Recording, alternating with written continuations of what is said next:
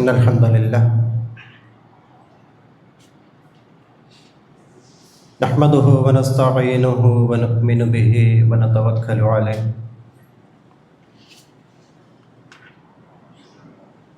ونعوذ بالله من شرور أنفسنا ومن سيئات أعمالنا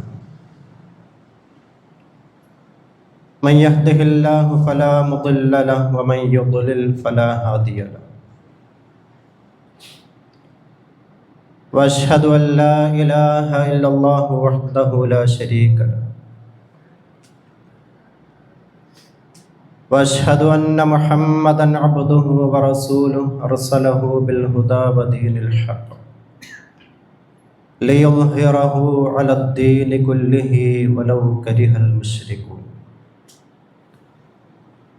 اللهم صل على محمد وعلى آل محمد كما صليت على إبراهيم وعلى آل إبراهيم اللهم بارك على محمد وعلى آل محمد كما باركت على إبراهيم وعلى آل إبراهيم إنك حميد مجيد أما بعد فإن خير الكلام كلام الله وخير السنن سنن محمد صلى الله عليه وسلم وشر الأمور محدثاتها وكل محدثة بدعة وكل بدعة ضلالة وكل ضلالة في النار يا أيها الذين آمنوا اتقوا الله حق تقاته ولا تموتن إلا وأنتم مسلمون يا أيها الذين آمنوا اتقوا الله وقولوا قولا سديدا يصلح لكم أعمالكم ويغفر لكم ذنوبكم ومن يطع الله ورسوله فقد فاز فوزا عظيما أعوذ بالله من الشيطان الرجيم بسم الله الرحمن الرحيم واعلموا أن الله يحول بين المرء وقلبه وأنه إليه تحشرون ആദരണീയരായ സത്യവിശ്വാസി വിശ്വാസിനികൾ,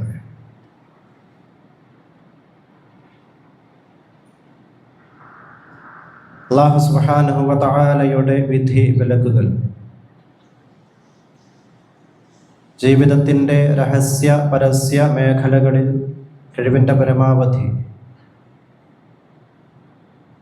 കാത്തുസൂക്ഷിച്ച് യഥാർത്ഥ മുത്തഖികളായി, മുവഹ്ഹിദുകളായി,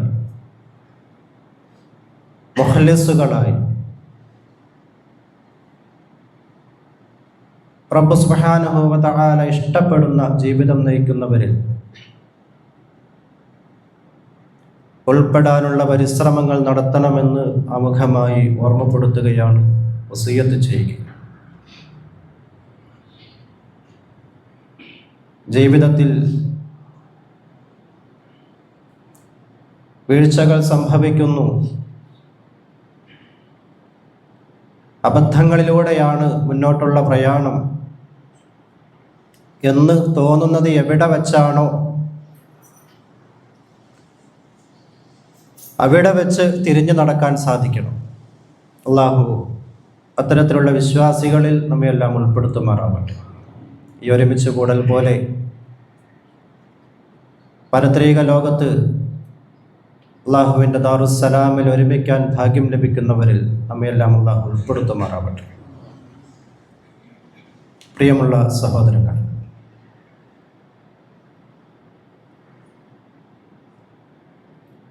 വിശ്വാസി സമൂഹം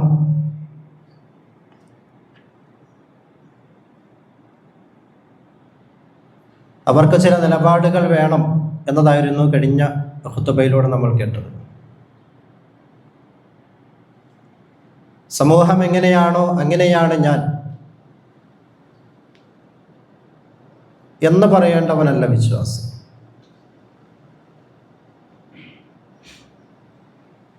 നേരെ മറിച്ച്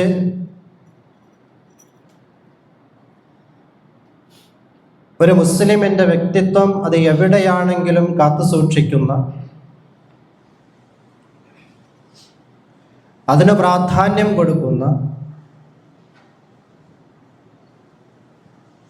അത് ജീവിതത്തിൽ വേണമെന്ന് ആഗ്രഹിക്കുന്നവരാണ്. അവനാണ് യഥാർത്ഥത്തിൽ മുസ്ലിം എന്ന് പറയുന്നത്.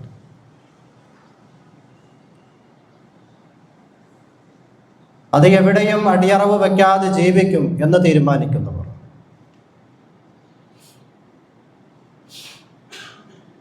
അത്തരത്തിൽ നിലപാടുകൾ സ്വീകരിച്ചവരെയാണ് വിശുദ്ധ ഖുർആൻ വിജയികളെന്നും രക്ഷപ്പെട്ടവരെന്നും ഒക്കെ വിശേഷിപ്പിച്ചിട്ടുള്ളത്. ആ വിജയികളിൽ അള്ളാഹു നമ്മെ ഉൾപ്പെടുത്തുമാറാവട്ടെ.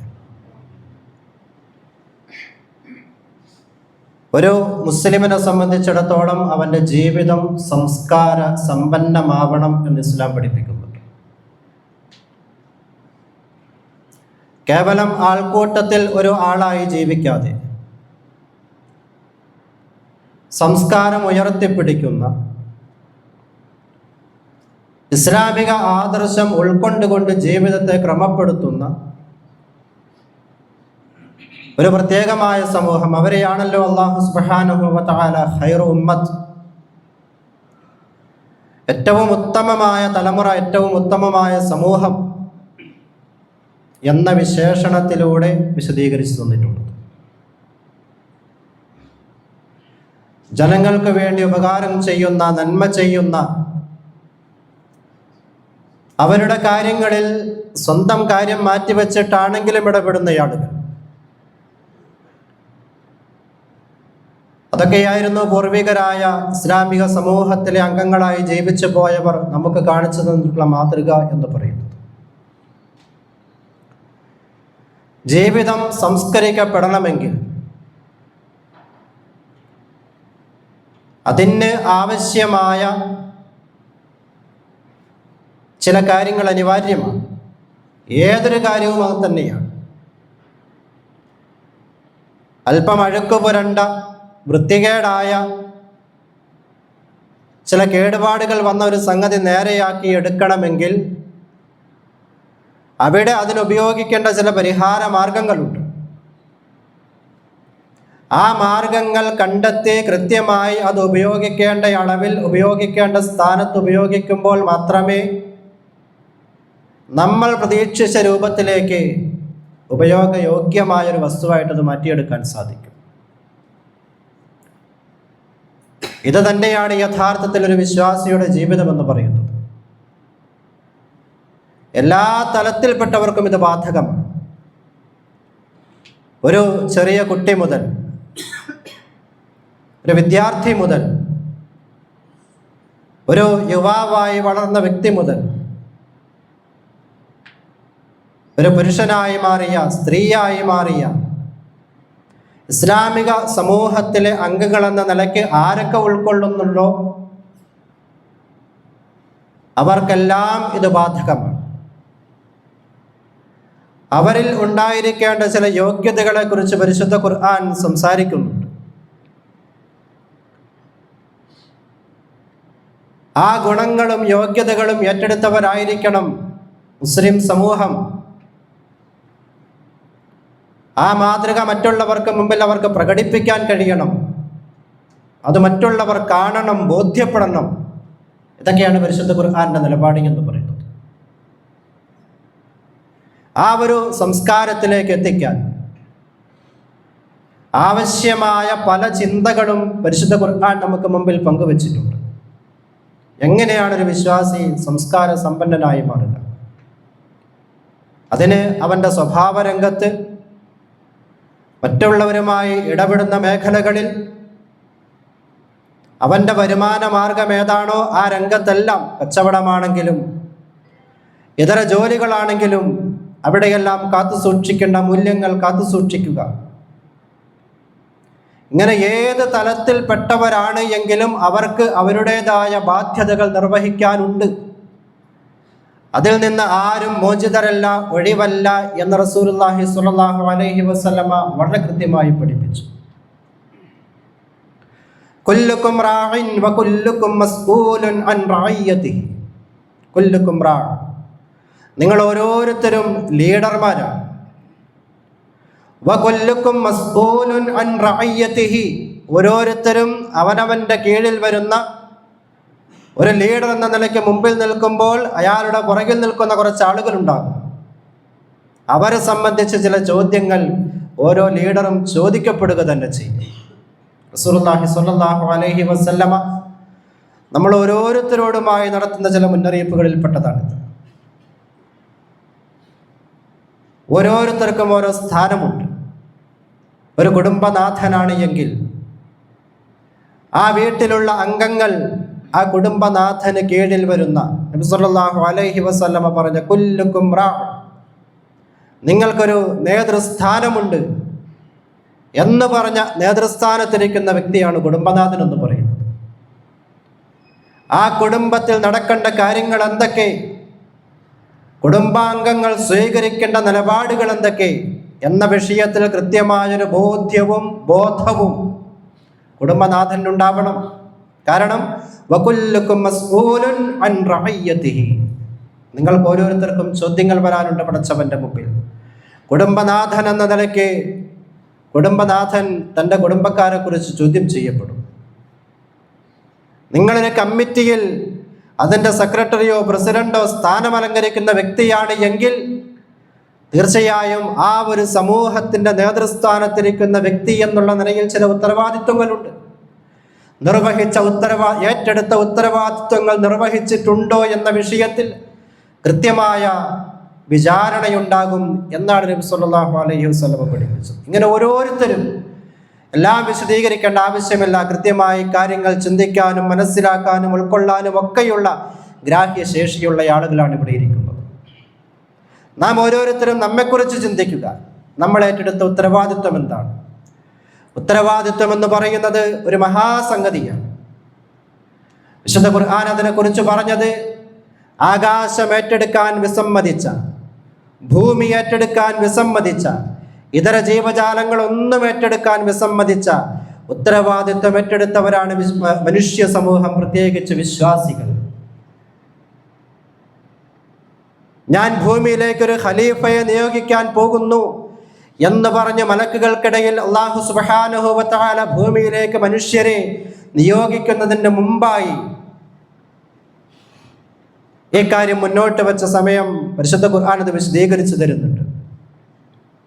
ആ ഖലീഫ അഥവാ അല്ലാഹു സുബ്ഹാനഹു വ തആല അവൻ കൃത്യമായി ചില ഉത്തരവാദിത്വങ്ങൾ ഏൽപ്പിച്ചുകൊണ്ട് ഈ ഭൂമിയിലേക്ക് നിയോഗിച്ചയച്ചവരാണ് നമ്മൾ ഓരോരുത്തരും. നമുക്ക് ഓരോരുത്തർക്കും അതാത് ഏരിയകളുണ്ട്, അവിടെ നിർവഹിക്കപ്പെടേണ്ട ഉത്തരവാദിത്വങ്ങളും ബാധ്യതകളുമുണ്ട്. അതിൽപ്പെട്ടതാണ് കുടുംബം, അതിൽപ്പെട്ടതാണ് മഹല്ല്, അതിൽപ്പെട്ടതാണ് നമ്മുടെ ഓഫീസ്, അതിൽപ്പെട്ടതാണ് നമ്മുടെ കൃഷി സ്ഥലം എന്ന് വേണ്ട നമ്മൾ ഇടപെടുന്ന ഓരോ മേഖലകളിലും അതുണ്ട്. എനിക്കൊരു ഉത്തരവാദിത്വവുമില്ല എന്ന് പറഞ്ഞ് ഒഴിഞ്ഞു നിൽക്കാൻ ഒരാളെയും ഇസ്ലാം സമ്മതിച്ചിട്ടില്ല. വേറെ പ്രത്യേകിച്ച് ആരുടെയും ചുമതല, വിവാഹം കഴിച്ചിട്ടില്ല, ഭാര്യയില്ല, കുടുംബമില്ല, മക്കളില്ല, മാതാപിതാക്കളെ നോക്കേണ്ട ചുമതലയില്ല, ഇങ്ങനെ ഒന്നുമില്ല എന്നൊരാൾ പറഞ്ഞാൽ പോലും അവനവൻ്റെ കാര്യത്തിൽ ചില ഉത്തരവാദിത്തങ്ങൾ അവൻ നിർവഹിക്കാറുണ്ട്. ഓരോരുത്തരും അവനവൻ്റെ കാര്യത്തിൽ ലീഡറായി മാറുകയാണ്. അവൻ്റെ ജീവിതം എങ്ങനെ വേണം, എൻ്റെ നിലപാടുകൾ ഞാൻ എങ്ങനെ സ്വീകരിക്കണം, ഇത് കൃത്യമായി ചിട്ടപ്പെടുത്തുക എന്ന ഉത്തരവാദിത്വം ഓരോരുത്തരിലും ഉണ്ട് എന്നതാണ് ഇസ്ലാം കൃത്യമായി പഠിപ്പിച്ചു തരുന്നത്.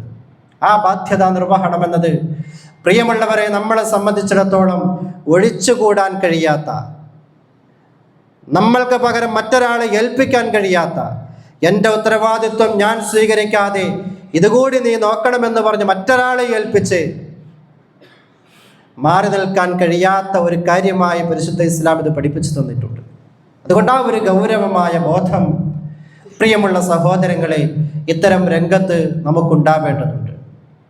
ഇസ്ലാമിക സംസ്കാരം എന്ന് പറയുന്നത് അത് വ്യക്തി തലം മുതൽ കുടുംബത്തിൽ, സമൂഹത്തിൽ, നാടുകളിൽ അങ്ങോളം ഇങ്ങോളം അതങ്ങനെ ചെറുതായി വളർന്നു വരേണ്ട ഒന്നാണ്. പരിശുദ്ധ ഖുർആനും ഹദീസുകളുമൊക്കെ ആദർശം പഠിപ്പിക്കുന്നിടത്ത് കൃത്യമായ ചില ഉദാഹരണങ്ങൾ നമുക്ക് വയ്ക്കുന്നുണ്ട്. അതൊരു വിത്ത് പോലെയാണ്. ആ വിത്ത് അത് മണ്ണിൽ വീണ് വളർന്ന് അതിൻ്റെ വേരുകൾ ആഴത്തിലേക്ക് മണ്ണിലേക്ക് ഇറക്കി അതിൻ്റെ ശിഖരങ്ങൾ, ശാഖകൾ ആകാശത്ത് പടർന്ന് പന്തലിച്ച് നിൽക്കുന്ന ഒരു വിശാലമായ മരം. ആ മരം പോലെയാണ് സ്വീകരിക്കപ്പെട്ടത് വിശ്വാസിയുടെ ആദർശമെന്ന് പരിശുദ്ധ ഖുർആനിൻ്റെ തിരുസുന്നത്തിൻ്റെ ഉദാഹരണങ്ങളിലൂടെ നമുക്ക് മുമ്പിൽ വിവരിക്കപ്പെട്ടിട്ടുണ്ട്. അതുകൊണ്ട് നമ്മളെ സംബന്ധിച്ചിടത്തോളം ഓരോരുത്തർക്കും കൃത്യമായ ചില ബാധ്യതകൾ ഉണ്ട് എന്നത് അത് എപ്പോഴെങ്കിലും ആലോചിക്കേണ്ടതല്ല, അതിപ്പോൾ ആലോചിക്കേണ്ടതാണ്. ഇവിടെ നമ്മൾ ചിന്തിക്കേണ്ട ഒരു വിഷയമാണത്. ആ ഉത്തരവാദിത്തങ്ങൾ ഏറ്റെടുത്ത് പൂർത്തീകരിക്കുന്ന വിഷയത്തിൽ ഞാൻ സ്വീകരിച്ച നിലപാടെന്ത്? കൃത്യമായി ആ വിഷയത്തിൽ ഒരു വിചാരണയുണ്ടായാൽ എനിക്ക് രക്ഷപ്പെടാൻ സാധിക്കുമോ എന്നുള്ളത് നാം ഓരോരുത്തരും സ്വയം പരിശോധന, ആത്മപരിശോധനയ്ക്ക് വിധേയമാക്കേണ്ട വിഷയമാണ്.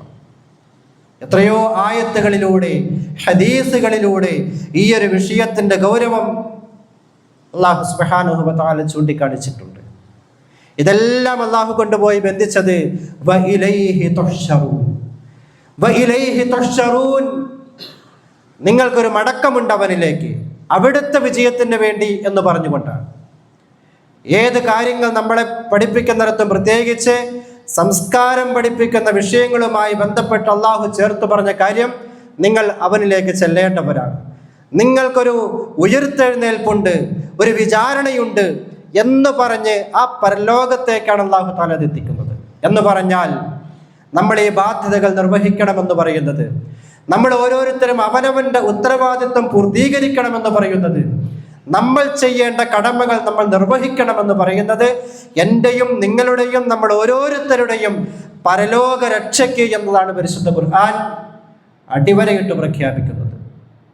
അവിടെ രക്ഷ വേണോ, അവിടെ രക്ഷ ആഗ്രഹിക്കുന്നവരാണോ നിങ്ങൾ എങ്കിൽ ഈ ഉത്തരവാദിത്വങ്ങൾ നിർവഹിച്ചേ പറ്റൂ എന്ന കർശന നിലപാട് അല്ലാഹു സുബ്ഹാനഹു വ തആല പഠിപ്പിച്ചു തരികയാണ്.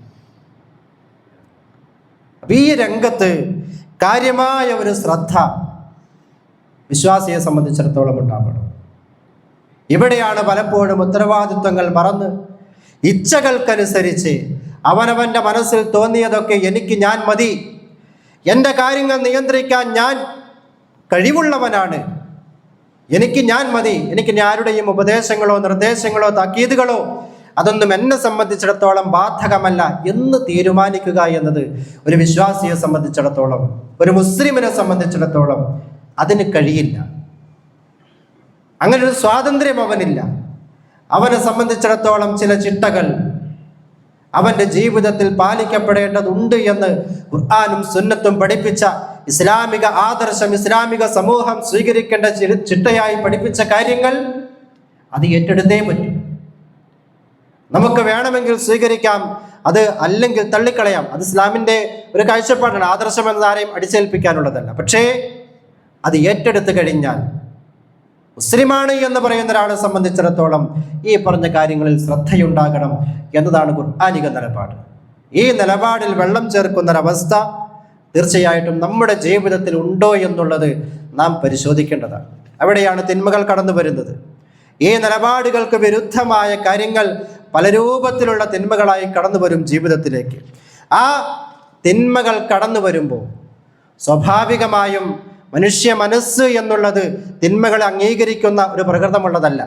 മനസാക്ഷി എന്നുള്ളത് നമ്മൾ ഏതെല്ലാം നിലയ്ക്ക് ന്യായീകരണങ്ങൾ കണ്ടെത്തി ഒരു തിന്മയിലേക്ക്, പലിശയിലേക്ക്, ഹറാമുകളിലേക്ക് കാലെടുത്ത് വയ്ക്കാൻ ശ്രമിക്കുമ്പോഴൊക്കെ നമ്മുടെ മനസാക്ഷി നമ്മളോട് പറയും തെറ്റല്ലേ അത്, സ്വാഭാവികമായി നമുക്ക് തോന്നും. പക്ഷെ എങ്കിൽ പോലും ആ ചിന്തകളെയെല്ലാം മാറ്റിവെച്ചുകൊണ്ട് നമ്മുടെ അപ്പോഴത്തെ കാര്യങ്ങൾ നിർവഹിക്കുക എന്ന അവസ്ഥയിലേക്ക് ആ നന്മയുപദേശിക്കുന്ന മനസാക്ഷിയെ മാറ്റിവെച്ചിട്ടാണ് നമ്മൾ കടന്നു പോകുന്നത്. പല വിഷയങ്ങളിലും അതാണ് യാഥാർത്ഥ്യം. ചിന്തിച്ചാൽ അറിയാം. നമ്മൾ സ്വയം പരിശോധന നടത്തിയാൽ ഇത് പെട്ടെന്ന് മനസ്സിലാകും. ഒന്നാലോചിച്ച് നോക്കൂ നിങ്ങൾ, ഏത് കാര്യത്തിലേക്ക് നടക്കുമ്പോഴും അള്ളാഹു തൃപ്തിപ്പെടാത്ത, റസൂലുള്ളാഹി സ്വല്ലല്ലാഹു അലൈഹി വസല്ലമ അരുത് എന്ന് പറഞ്ഞൊരു മേഖലകളിലേക്ക് നാം കടന്നു പോകുന്നുണ്ട് എങ്കിൽ നമ്മുടെ മനസ്സ് നമ്മളോടത് പറയുന്നുണ്ട്, അത് പോവരുത്. അതിനെയൊക്കെ ലംഘിച്ചിട്ട് അതിനെയൊക്കെ മാറ്റിവെച്ചിട്ടേ നമുക്ക് ആ വിഷയത്തിലേക്ക് കടന്നു പോകാൻ പറ്റും. അതൊരു മനുഷ്യ പ്രകൃതമാണ്. മനസ്സിന് മാത്രമല്ല, ശരീരത്തിനുമുണ്ട് അങ്ങനെ ഒരു പ്രകൃതം. ശരീരത്തിൽ പെടാത്ത ഒന്ന് ശരീരത്തിലേക്ക് വന്നു കഴിഞ്ഞാൽ അതെങ്ങനെയും പുറന്തള്ളാൻ ശ്രമിച്ചു കൊണ്ടിരിക്കുമെന്നതാണ്. ആധുനിക ആരോഗ്യശാസ്ത്രമൊക്കെ പഠിപ്പിക്കുന്നൊരു വിഷയമാണത്. നമ്മുടെ ശരീരത്തിലേക്ക് നമ്മുടേതല്ലാത്ത എന്തെങ്കിലും ഒരു സംഗതി കടന്നു വന്നാൽ അതിനെ പുറന്തള്ളാനുള്ളൊരു പ്രവണത ശരീരം കാണിച്ചുകൊണ്ടിരിക്കും. അത് ഭക്ഷണത്തിലൂടെയാണെങ്കിലും, ഇനി അതല്ല ബോധപൂർവം നമ്മൾ നമ്മുടെ ശരീരത്തിൽ കയറ്റി വെച്ചൊരു സംഗതിയാണെങ്കിലും ഇതെങ്ങനെയെങ്കിലും പുറത്തേക്ക് കളയണം. അതിനു വേണ്ട പ്രവർത്തനം ശരീരം നടത്തിക്കൊണ്ടിരിക്കുമെന്നതാണ്. അത് അലർജിയായിട്ടും തുമ്മലായി, ജലദോഷമായി, വയറ് ഇളക്കമായി, ഛർദിയായി, ആ ശരീരത്തിലേക്ക് എത്തിയ ഒരു സംഗതി ശരീരത്തിൽ പിടിക്കാത്ത, ശരീരത്തിന് വേണ്ടതില്ലാത്ത, വേണ്ടതാണെങ്കിൽ വേണ്ട കാര്യങ്ങളെയെല്ലാം എടുത്ത് അതിൻ്റെ ബാക്കി വരുന്ന മാലിന്യങ്ങൾ അത് പുറത്തേക്ക് തള്ളും. ഈ അവയവമാറ്റ ശസ്ത്രക്രിയയെക്കുറിച്ചൊക്കെ നമ്മൾ പലപ്പോഴും വായിക്കാറുണ്ട്.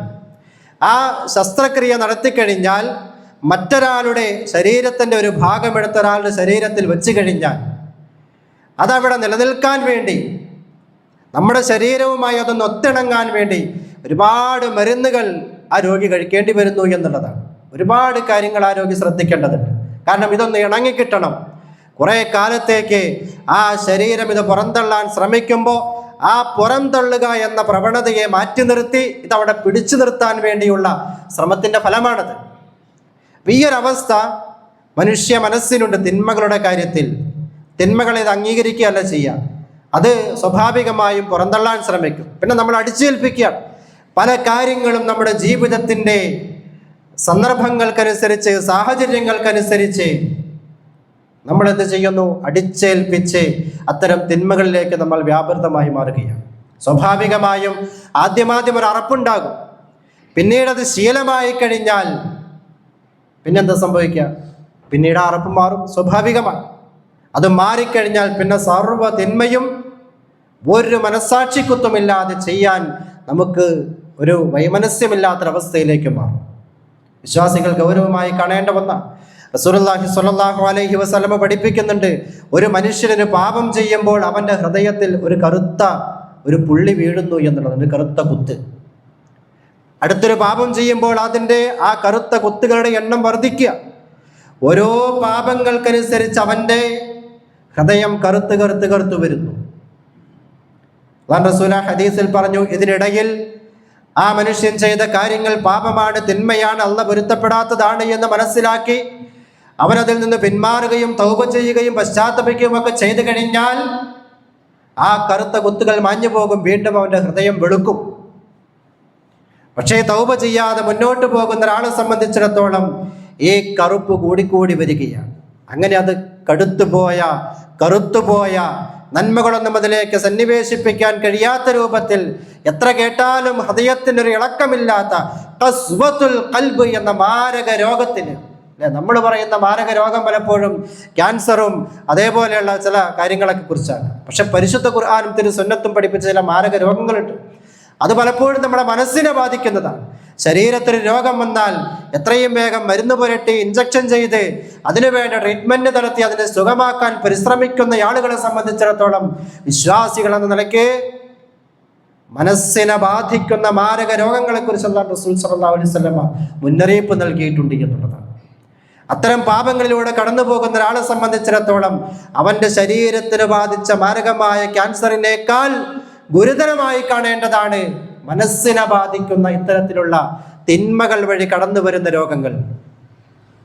നന്മകളെ കാർന്നു തിന്നുന്ന, ചെയ്ത നന്മകളെ നശിപ്പിച്ച് കളയുന്ന, അടുപ്പിലേക്കൊരു വിറക് വെച്ച് കൊടുത്താൽ തീ ആ വിറക് തിന്നു തീർക്കുന്നത് പോലെ നാം ചെയ്തു കൂട്ടിയ നന്മകളെ തിന്നു തീർക്കുന്ന തിന്മകൾ അനേകമുണ്ട് എന്ന് നബി സല്ലല്ലാഹു അലൈഹി വസല്ലം പഠിപ്പിച്ചു. വിശ്വാസികളായ നമ്മളെ സംബന്ധിച്ചിടത്തോളം ജാഗ്രത വേണം. നമുക്ക് പലപ്പോഴും തിന്മകൾ നിസ്സാരമാണ്. എത്രത്തോളം അല്ലാഹു റസൂൽ പറഞ്ഞു, മൂക്കിൽ വന്നിരുന്ന ഈച്ച കൈയൊന്നാട്ടിയാൽ ഈച്ച പറന്നു പോകും. ഇത്ര നിസ്സാരമാണ് പല ആളുകൾക്കും പാപങ്ങൾ എന്ന് പറയുന്നത്. ഒരു വിശ്വാസി സ്വീകരിക്കേണ്ട നിലപാടെന്താണെന്ന് അവിടെ കൃത്യമായി പഠിപ്പിച്ചു. പൊളിഞ്ഞു വീഴാൻ നിൽക്കുന്ന, മുകളിൽ നിന്ന് താഴേക്ക് ഉരുണ്ടു വീഴാൻ നിൽക്കുന്ന വലിയൊരു പാറയുടെ താഴെ ഒരു മലയുടെ കീഴെ നിൽക്കുന്ന ഒരാളെ പോലെ ഭീതിയുള്ളവരായിരിക്കും. നമ്മൾ മുല്ലപ്പെരിയാറിനെ കുറിച്ച് പറയാറുണ്ട്. ഏത് നിമിഷവും പൊട്ടിത്തെറിക്കാവുന്ന ഒരു ബോംബായി, ഒരു ജലബോംബായിട്ടാണ് മുല്ലപ്പെരിയാറിനെ കുറിച്ച് പലപ്പോഴും ചർച്ചകളിൽ നമ്മൾ കേൾക്കുന്നത്. അല്ലെ, ഒരു ഭീതി നമുക്കുണ്ട്. പൊട്ടിക്കഴിഞ്ഞാൽ പല ജില്ലകളും വെള്ളത്തിനടിയിൽ ആയി പോകുമെന്നാണ് പഠനങ്ങൾ പറയുന്നത്. അതൊന്നുമല്ല യഥാർത്ഥ പേടി എന്ന് പറയും. എന്നാൽ റസൂല് പറയാ, നിങ്ങൾ പേടിക്കേണ്ടത് പാപങ്ങളെയാണ്. ഏതുപോലെ പേടിക്കണം? പൊളിഞ്ഞു വീഴാൻ നിൽക്കുന്ന, പൊട്ടിത്തകരാൻ നിൽക്കുന്ന ഒരു ഡാം പോലെ, പർവ്വതം പോലെ ആ വിഷയത്തിലുള്ള ഭീതിയേക്കാളൊക്കെ കൂടുതൽ തിന്മകൾ ജീവിതത്തിലേക്ക് വരുന്നതിനെ ഭയപ്പെടുന്നവനാണ് വിശ്വാസി. ആ ഒരു പേടി വേണം എന്ന് പഠിപ്പിക്കുക. നമ്മളെ സംബന്ധിച്ചിടത്തോളം ഇങ്ങനെ വല്ല ചിന്തയും നമുക്കുണ്ടോ പ്രിയമുള്ളവരെ? ദൈനംദിന ജീവിതത്തിലൂടെ കടന്നു പോകുന്ന നമ്മുടെ ജീവിതത്തിന്റെ ഓരോ മേഖലകളും ഒന്ന് പരിശോധിച്ചു നോക്കിയാൽ തിന്മകൾക്ക് നാം നൽകുന്ന ഗൗരവം എന്താണ്? തിന്മകളോട് നാം കാണിക്കുന്ന ആ പ്രതിപത്തി എന്താണ്?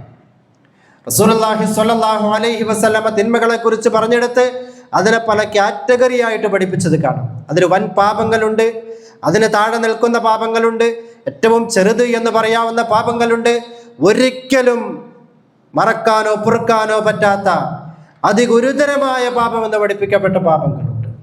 ഇതൊക്കെ നമ്മൾ കേട്ടവരും പഠിച്ചവരുമാണ്.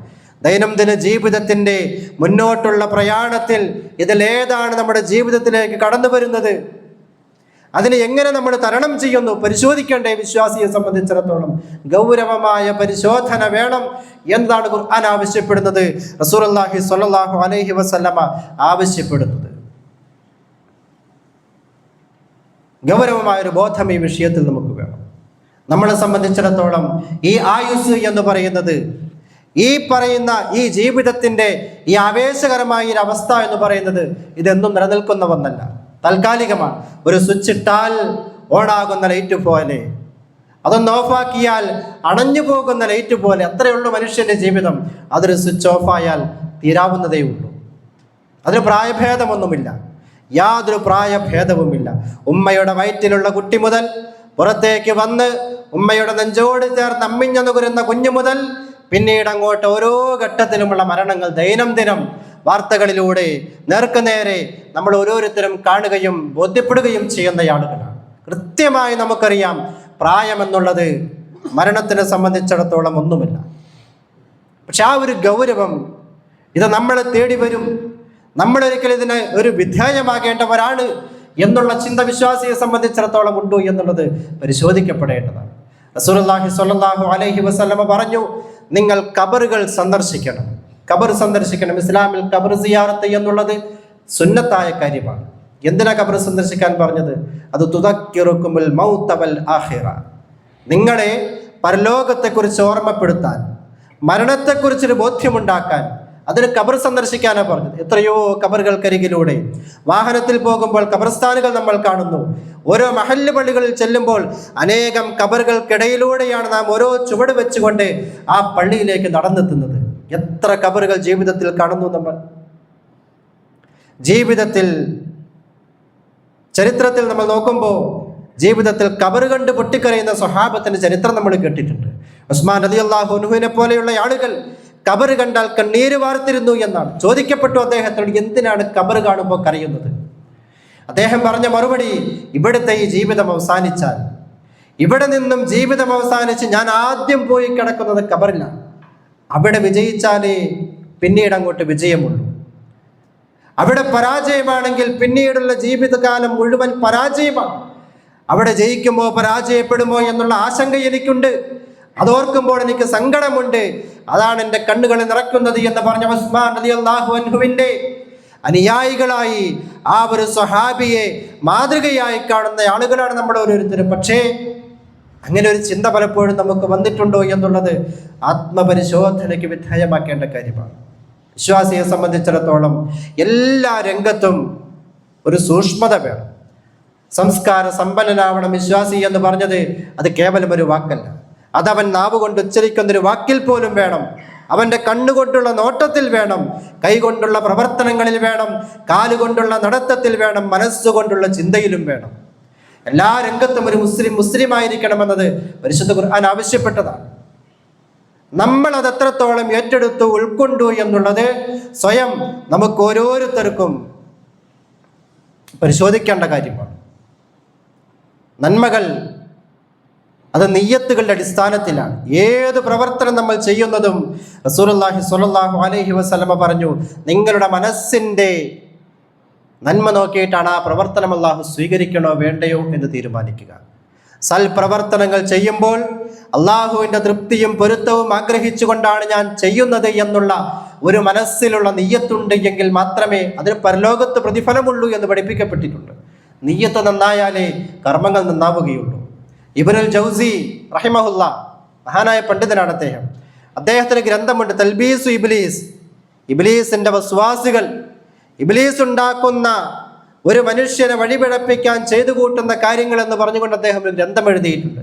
അതിങ്ങനെ വായിച്ചു നോക്കിയാൽ അനേകം കഥകളായി അദ്ദേഹം കുറെ കാര്യങ്ങൾ കൊണ്ടുവന്നിട്ടുണ്ട്.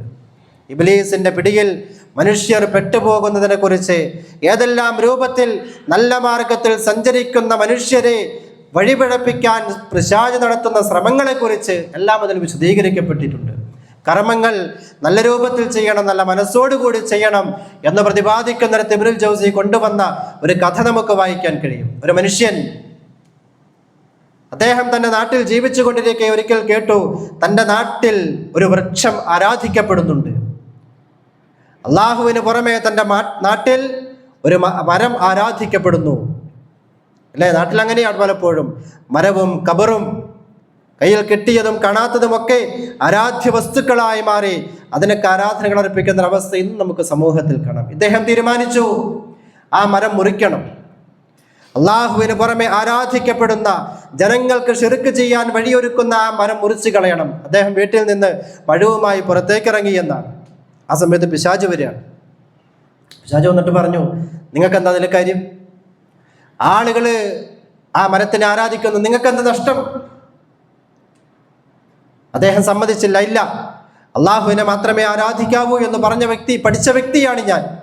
ആ ആദർശം സ്വീകരിക്കുന്നതോടൊപ്പം എൻ്റെ നാട്ടുകാരായ ആളുകൾ ശിർക്കിലകപ്പെടുമ്പോൾ അത് കണ്ടില്ല എന്ന് നടിക്കാൻ എന്നെ കൊണ്ട് കഴിയില്ല, ഞാൻ ആ മരം മുറിക്കും. അപ്പോൾ പിശാച് പെട്ടെന്നൊരു വാഗ്ദാനം മുന്നോട്ട് വെക്കുകയാണ്.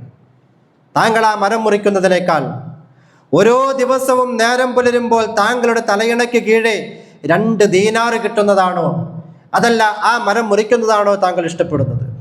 അപ്പോൾ നിങ്ങൾ ഓരോ മനുഷ്യരെയും പിടിക്കേണ്ടത് എവിടെയെന്ന് കൃത്യമായി അജണ്ട തയ്യാറാക്കി പ്രവർത്തിക്കുന്നയാളാണ് പിശാചി എന്ന് പറയുന്നത്. എന്നെ പിടിക്കുന്ന രൂപത്തിലല്ല നിങ്ങളെ പിടിക്കുക. ഇവിടെ ഇരിക്കുന്ന ഓരോരുത്തരെ പിടിക്കാനും കൃത്യമായ അജണ്ടകൾ പിശാചിനുണ്ട് എന്ന് വളരെ കൃത്യമായി ഇസ്ലാമിക പണ്ഡിതന്മാർ പഠിപ്പിച്ചു തന്നിട്ടുണ്ട്. ഓരോരുത്തരുടെയും ദുർബലത എവിടെയാണ് എന്ന് മനസ്സിലാക്കി അവിടെ എന്താണ് ചെയ്യേണ്ടത് എന്ന് നോക്കില്ല, നമ്മൾ പറയാം മർമ്മം നോക്കി പിടിക്കുക എന്ന് പറയും. ആ രൂപത്തിലാണ് പിശാചിൻ്റെ പിടുത്തം. ഈ മനുഷ്യനെ സംബന്ധിച്ചിടത്തോളം ഒരു 2 ദീനാറിൻ്റെ വാഗ്ദാനം കണ്ടപ്പോൾ അദ്ദേഹം വന്ന കാര്യം മറന്നുപോയി. എനിക്കത് മതി. അദ്ദേഹം തിരികെ വീട്ടിലേക്ക് പോന്നു. പിറ്റേ ദിവസം നേരം പോലെ തലയുടെ അടിയിൽ നോക്കിയപ്പോൾ 2 ദീനാറുണ്ട്. അദ്ദേഹം സന്തോഷവാനായി. 2-ാം ദിവസവും തലയിണയ്ക്ക് കീഴെ നിന്ന് 2 ദീനാറ് കിട്ടി. 3-ാം ദിവസം അദ്ദേഹം നോക്കിയപ്പോൾ 2 ദീനാറുകൾ കാണാനില്ല. അദ്ദേഹത്തിന് വാശിയായി, എന്നെ പറ്റിച്ചതാണ്. അദ്ദേഹം ഉടനെ തന്നെ മഴുവുമായി പുറത്തേക്ക് പോവാണ് ആ മരം മുറിക്കാൻ. ഇന്ന് ഞാൻ മരം മുറിക്കും. പോകുന്ന വഴി വീണ്ടും പിശാച് വന്നു എന്നാണ് മനുഷ്യരൂപത്തിൽ. എങ്ങോട്ടാണ് താങ്കൾ പോകുന്നത്? ഈ മനുഷ്യൻ പറഞ്ഞു, താങ്കൾ എന്നെ പറ്റിച്ചു, 2 ദീനാറ് വീതം എനിക്ക് നൽകാമെന്ന് പറഞ്ഞു. പക്ഷേ അത് താങ്കൾ വാഗ്ദാനം പാലിച്ചില്ല, അതുകൊണ്ട് ഇന്ന് ഞാൻ ആ മരം മുറിക്കാൻ പോവുകയാണ്. 2 പേരും തമ്മിൽ മൽപ്പിടുത്തമായി എന്നാണ്. പക്ഷേ ഈ മനുഷ്യൻ പരാജയപ്പെട്ടു പോവുകയാണ്. അവിടെ പിശാച് ഓതിക്കൊടുക്കുന്നൊരു പാഠമുണ്ട്. ആദ്യം താങ്കൾ പോയത് അള്ളാഹുവിൻ്റെ തൃപ്തി ആഗ്രഹിച്ചുകൊണ്ട്. ആ മരത്തിൻ്റെ അരികിൽ പോയി ആളുകൾ ശിർക്ക് ചെയ്യുന്നതിനെ തടയാനുള്ള നല്ല നെയ്യത്തോട് കൂടിയിട്ടാണ് താങ്കൾ മഴുവുമെടുത്ത് ആ മരം മുറിക്കാൻ പോയത്. അതുകൊണ്ട് അന്ന് ഒരു പക്ഷേ ഞാനുമായി മൽപ്പിടുത്തം നടത്തിയിരുന്നെങ്കിൽ ഞാൻ പരാജയപ്പെട്ടു പോകുമായിരുന്നു, താങ്കളെ കീഴ്പ്പെടുത്താൻ എനിക്ക് കഴിയില്ലായിരുന്നു. പക്ഷെ ഇന്ന് താങ്കൾ പോകുമ്പോൾ താങ്കളുടെ നിയ്യത്ത് മാറി. എന്താ നിയ്യത്ത്? 2 ദീനാറ് കിട്ടാതായതിൻ്റെ ദേഷ്യമാണ് താങ്കൾക്കുള്ളത്. അതിൻ്റെ പേരിലാണ് ആ മരം മുറിക്കാൻ പോകുന്നത്. ഇന്ന് ഞാൻ വിജയിക്കും എന്ന് പറഞ്ഞ് ആ മനുഷ്യനെ പിശാച് കീഴ്പ്പെടുത്തി എന്ന്. നോക്കൂ നിങ്ങൾ, എത്ര മനോഹരമായ ഒരു ആശയമാണ് ഈ കഥയിലൂടെ അല്ലാമ ഇബ്നുൽ ജൗസി റഹിമഹുല്ലാഹ് വിശദീകരിച്ചു തരുന്നത്. ഇത് നമ്മളെ സംബന്ധിച്ച് വളരെ കൃത്യമായി പഠിക്കാനും പരിശോധിക്കാനുമുള്ളൊരു പാഠമാണ്. പിശാചിന്റെ വാഗ്ദാനങ്ങളാണ് പലപ്പോഴും നമുക്ക് നല്ല നല്ല തോന്നലുകളായി നമ്മുടെ മനസ്സിലേക്ക് കടന്നു വരുന്നത്. പരിശുദ്ധ ഖുർആൻ പറഞ്ഞു, തീർച്ചയായും ശത്രുവാണവൻ, അവനെ ശത്രുവായി തന്നെ നിങ്ങൾ കണക്കാക്കണം. പല മോഹന വാഗ്ദാനങ്ങളുമായിട്ടായിരിക്കും അവന്റെ വരവ്. അതിൽ പെട്ടുപോകരുത് എന്നുള്ള താക്കീത്, മുന്നറിയിപ്പ് പരിശുദ്ധ ഖുർആൻ എത്രയോ സ്ഥലങ്ങളിൽ നമുക്ക് നൽകിയിട്ടുള്ളതായി കാണാൻ സാധിക്കും. അതുകൊണ്ട് നമ്മൾ പ്രവർത്തിക്കുന്ന രംഗത്ത് ഈ ഒരു ചിന്ത അത്യാവശ്യമായി നമുക്കുണ്ടാവണം. ഒരു വിശ്വാസിയെ സംബന്ധിച്ചിടത്തോളം അവനവനിസം എന്നുള്ളത് പാടില്ല എന്നുള്ളതാണ്. അവനവൻ്റെ കാര്യം മാത്രം, ഞാനും എൻ്റെ കുടുംബവും, ഞാനും എൻ്റെ വീടും എൻ്റെ മക്കളും എൻ്റെ ഭാര്യയും. അങ്ങനെയല്ല. ഒരു വിശ്വാസിയെ സംബന്ധിച്ചിടത്തോളം പൊതുവായി ചിന്തിക്കണമെന്നതാണ് ഖുർആനും ഹദീസും പഠിപ്പിച്ചിട്ടുള്ളത്. പൊതുജനങ്ങളുടെ കാര്യം അന്വേഷിക്കണം, അയൽവാസിയെക്കുറിച്ച് അന്വേഷിക്കണം, സഹപ്രവർത്തകരെക്കുറിച്ച്, സഹപാഠിയെക്കുറിച്ച് എല്ലാം അന്വേഷിക്കണം. ഒരു കൃത്യമായ കാഴ്ചപ്പാട് വേണമെന്നുള്ളത് ഖുർആനിൻ്റെയും ഹദീസിൻ്റെയും ആശയമാണ് എന്നുള്ള കാര്യം നാം മറന്നു പോകാൻ പാടില്ല. എവിടെയും സ്വാർത്ഥത എന്നുള്ളത് കടന്നു വരരുത്. തീർച്ചയായും നന്മയുടെ വിഷയത്തിൽ തിന്മകൾ കാണുമ്പോൾ ഇതൊന്നുകൂടി ദൃഢമായി നമുക്കൊരു ബോധ്യം വേണ്ടതാണ്. ഒരു സ്ഥലത്തൊരു തിന്മ നടക്കുമ്പോൾ ഞാൻ എന്തിനതിൽ ഇടപെടണം, അതെന്നെ ബാധിക്കുന്ന കാര്യമല്ലല്ലോ എന്ന് പറഞ്ഞ് മാറി നിൽക്കാൻ ഒരു വിശ്വാസിയെ സംബന്ധിച്ചിടത്തോളം പാടില്ല എന്നുള്ളതാണ്. അവിടെ ഏത് രൂപത്തിലാണോ നമുക്ക് ഇടപെടാൻ കഴിയുക, ഇല്ലേ? മൻ റഅ മുൻകറൻ ഫൽയുഅയ്യിർ ബിയദിഹി ഔ ബിലിസാനിഹി ഔ ബിഖൽബിഹി വദാലിക അദ്അഫുൽ ഈമാൻ. അപ്പോൾ നിങ്ങൾ മനോഹരമായ ഒരു ഹദീസ്, ഒരു തിന്മയുടെ വിഷയത്തിൽ നാം ഉള്ളിടത്തൊരു തിന്മ നടക്കുന്നുണ്ട് എങ്കിൽ അവിടെ എന്ത് നിലപാട് സ്വീകരിക്കണമെന്ന് കൃത്യമായി നബി സല്ലല്ലാഹു അലൈഹി വസല്ലം പഠിപ്പിക്കുക. ആ തിന്മ കൈകൊണ്ട് തടയാൻ പറ്റുന്ന ഒരു അവസ്ഥയിലുള്ളതാണെങ്കിൽ, നമ്മുടെ വീട്ടിൽ നടക്കുന്നൊരു തിന്മയാണ്, നമ്മുടെ മക്കളാണ് ചെയ്യുന്നത്, നമ്മുടെ ഭാര്യയാണ് ചെയ്യുന്നത്, അതല്ലെങ്കിൽ ഭർത്താവാണ് ചെയ്യുന്നത്, അവരെ കൈപിടിക്കാൻ നമുക്ക് സാധിക്കും. കാരണം നമ്മൾ പറഞ്ഞാൽ കേൾക്കുന്ന, നമ്മൾ നിയന്ത്രിച്ചാൽ നമ്മുടെ നിയന്ത്രണത്തിൽ നിൽക്കുന്ന ആളുകളാണെങ്കിൽ അവിടെ കൈപിടിക്കുകയാണ് വേണ്ടത്.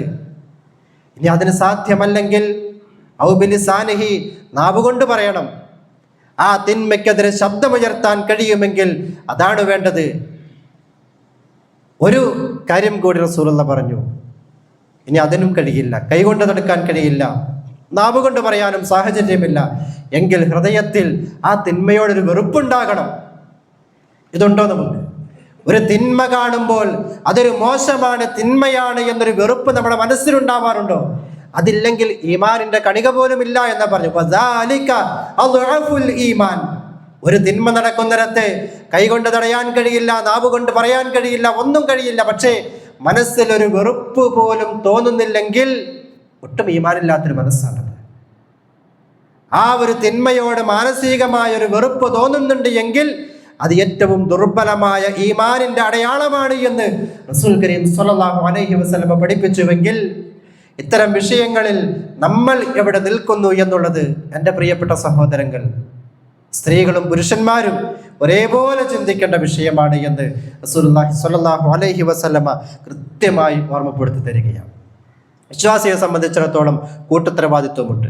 സമൂഹത്തിൻ്റെ കാര്യത്തിൽ ചിന്തകൾ വേണം, ഇല്ലേ? റസൂലുള്ളാഹി പറഞ്ഞു തന്നു, ഒരു കപ്പലിൽ യാത്ര ചെയ്യുന്ന കപ്പൽ യാത്രക്കാരെ കുറിച്ച് ഉദാഹരണം പഠിപ്പിച്ചു തന്നിട്ടുണ്ട്.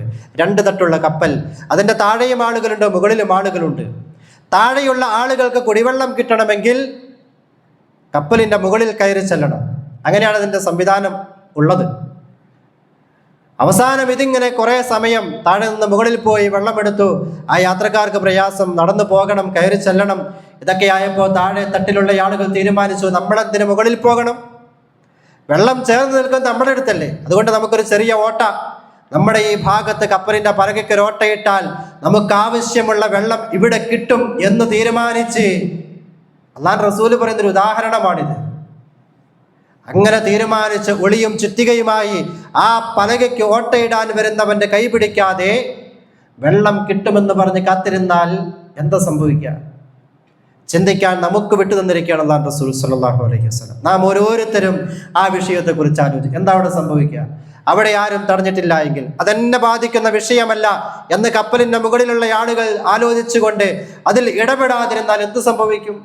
കപ്പൽ മുങ്ങും, യാതൊരു സംശയമില്ല. അടിത്തട്ടിലുള്ളവരും മുകൾ തട്ടിലുള്ളവരൊക്കെ വെള്ളത്തിൽ പോകും.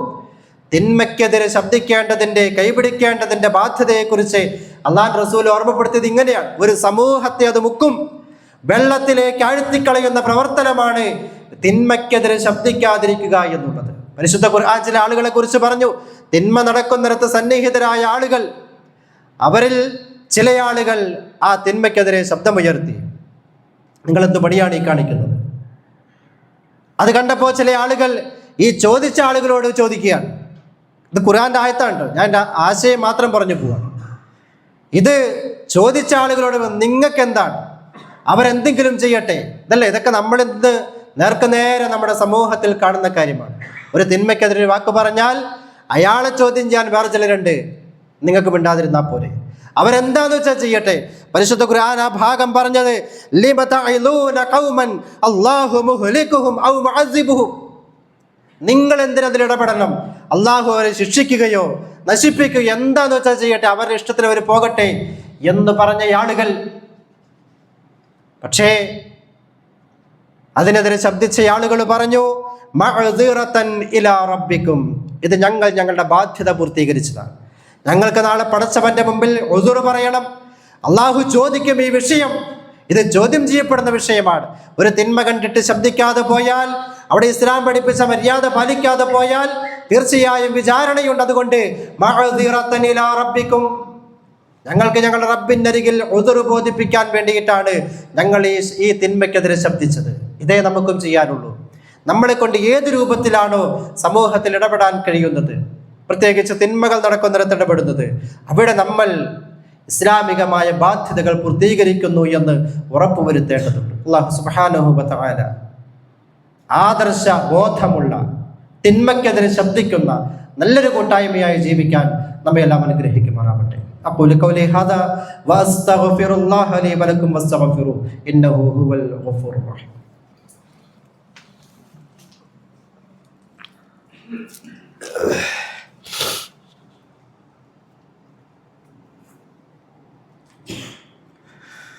അൽഹംദുലില്ലാഹി റബ്ബിൽ ആലമീൻ വസ്സലാത്തു വസ്സലാമു അലാ അഷ്റഫിൽ മുർസലീൻ വഅലാ ആലിഹി വഅസ്ഹാബിഹിൽ ഫായിസീന ബിറിദല്ലാഹി അമ്മാ ബഅദ്. യാ അയ്യുഹല്ലദീന ആമനു തഖുല്ലാഹ ഹഖ്ക തുഖാതിഹി വലാ തമൂതുന്ന ഇല്ലാ വഅൻതും മുസ്ലിമൂൻ. പ്രിയമുള്ള സഹോദരങ്ങളെ, അള്ളാഹുവിൻ്റെ അജ്ഞാനവർത്തികളായി ജീവിക്കണമെന്ന് ഒരിക്കൽ കൂടി ഓർമ്മപ്പെടുത്തുക. ഒരു വിശ്വാസിയുടെ ജീവിതം അത് ഓരോ ദിവസവും പരിശോധിക്കപ്പെടേണ്ടതാണ്. ഓരോ ദിവസവും അതിന് ചില മര്യാദകളുണ്ട്. യൗമുൽ മുസ്ലിം, മുസ്ലിമിൻ്റെ ഒരു ദിവസം. ഇസ്ലാമിക ലോകത്ത് ഗ്രന്ഥങ്ങൾ കാണാൻ കഴിയും. എങ്ങനെയായിരിക്കണം മുസ്ലിം ഒരു ദിവസം കഴിച്ചുകൂട്ടേണ്ടത് എന്ന മര്യാദകൾ പഠിപ്പിക്കുന്ന, വിശദീകരിച്ചു തരുന്ന ഗ്രന്ഥങ്ങൾ വള്യങ്ങൾ സഹിതം നമുക്ക് കാണാം. എന്താണിതിന് മാത്രം ഒരു മുസ്ലിം ശ്രദ്ധിക്കേണ്ടത്? അടിസ്ഥാനപരമായ പണ്ഡിതന്മാർ ആ വിഷയത്തിൽ വന്നിട്ടുള്ള ഹദീസുകളെയൊക്കെ ചേർത്ത് വെച്ചുകൊണ്ട് നടത്തിയ ചില ഓർമ്മപ്പെടുത്തലുകൾ കാണാം. അതിലൊന്നാമത്തെ കാര്യം അൽ ഇസ്തിഖാലുൽ മുബക്കിറ, നേരത്തെ ഉണരുക എന്നുള്ളതാണ്. നേരം പുലർന്ന് സൂര്യൻ ഉദിച്ച് അതും കഴിഞ്ഞ് കുറേ സമയം കൂടി ഉറങ്ങി, അതല്ല ഒരു വിശ്വാസിയുടെ ജീവിതം എന്നുള്ളത്. സുബഹി നമസ്കാരം പരമാവധി ജമാഅത്തായി കിട്ടുന്ന രൂപത്തിൽ ഉണരുകയും, ഒരു പടി കൂടി കടന്ന് ഒരു 2-3 റക്അത്ത് തഹജ്ജുദ് നമസ്കരിക്കാൻ കഴിയുന്ന രൂപത്തിൽ, ബാങ്കിൻ്റെ ഒരു 15 മിനിറ്റെങ്കിലും മുമ്പ് ഉണർന്നു കഴിഞ്ഞാൽ അതിന് സമയം കിട്ടും. അപ്പോൾ ആ രൂപത്തിൽ പരമാവധി നേരത്തെ ഉണരുക.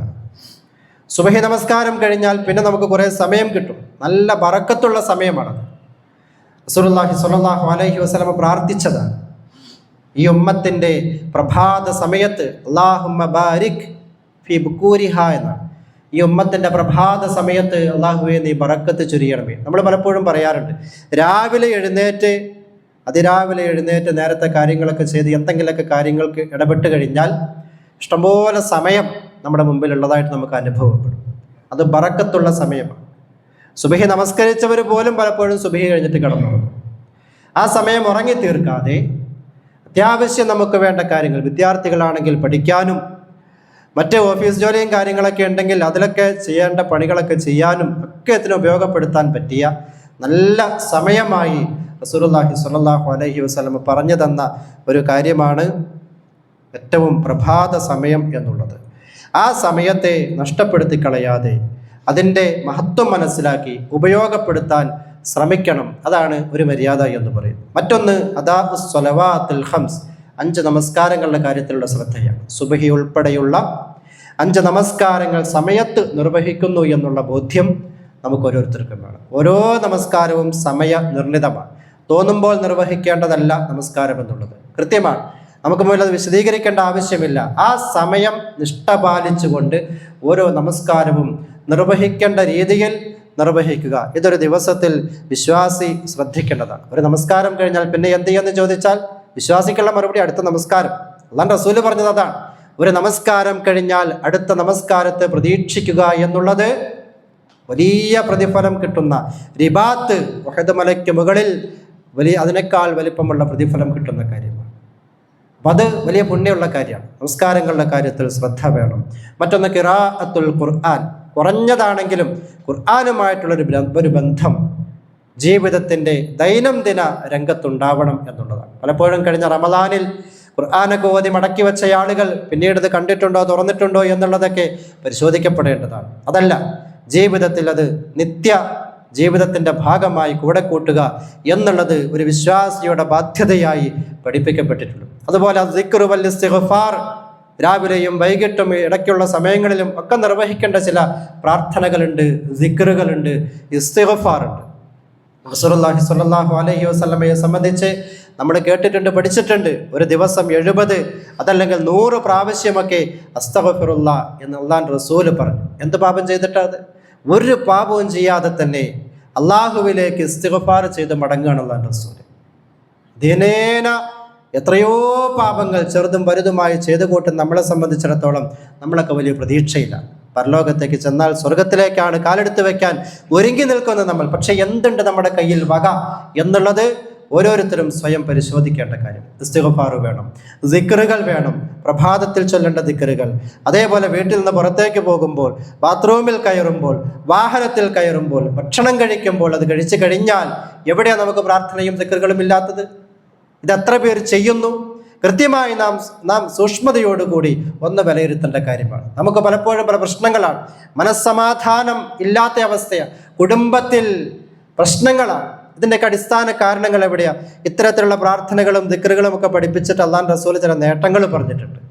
അതൊക്കെ പരിശോധിച്ച് നോക്കുമ്പോൾ നമുക്കുള്ള ഇന്നത്തെ പല പ്രശ്നങ്ങളും ഇത്തരം ചില നിസ്സാര സംഗതികൾ ഇല്ലാത്തത് കൊണ്ട് വന്നതാണോ എന്ന് തോന്നിപ്പോകും.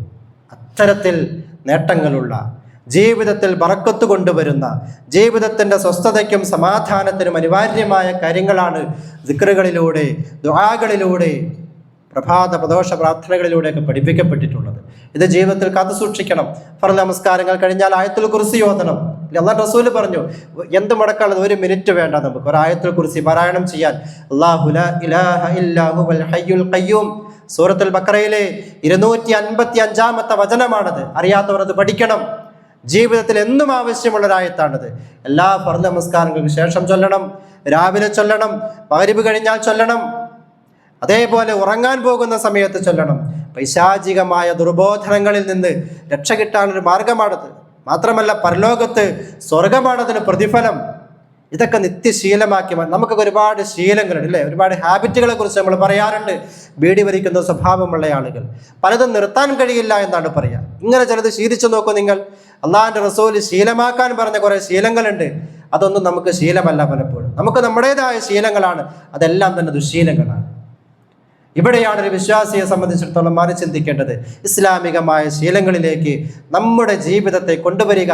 അതിലൂടെ മാറ്റങ്ങൾ ഉണ്ടാകും, അള്ളാഹുവിൻ്റെ അനുഗ്രഹമുണ്ടാകും, കുടുംബത്തിൽ സമാധാനമുണ്ടാകും, മക്കളെ നമ്മൾ പിടിച്ചെടുത്ത് കിട്ടും. ഇതൊക്കെ നമ്മുടെ ഏറ്റവും വലിയ ഇന്നത്തെ പ്രശ്നങ്ങൾ ഇതൊക്കെയാണ്.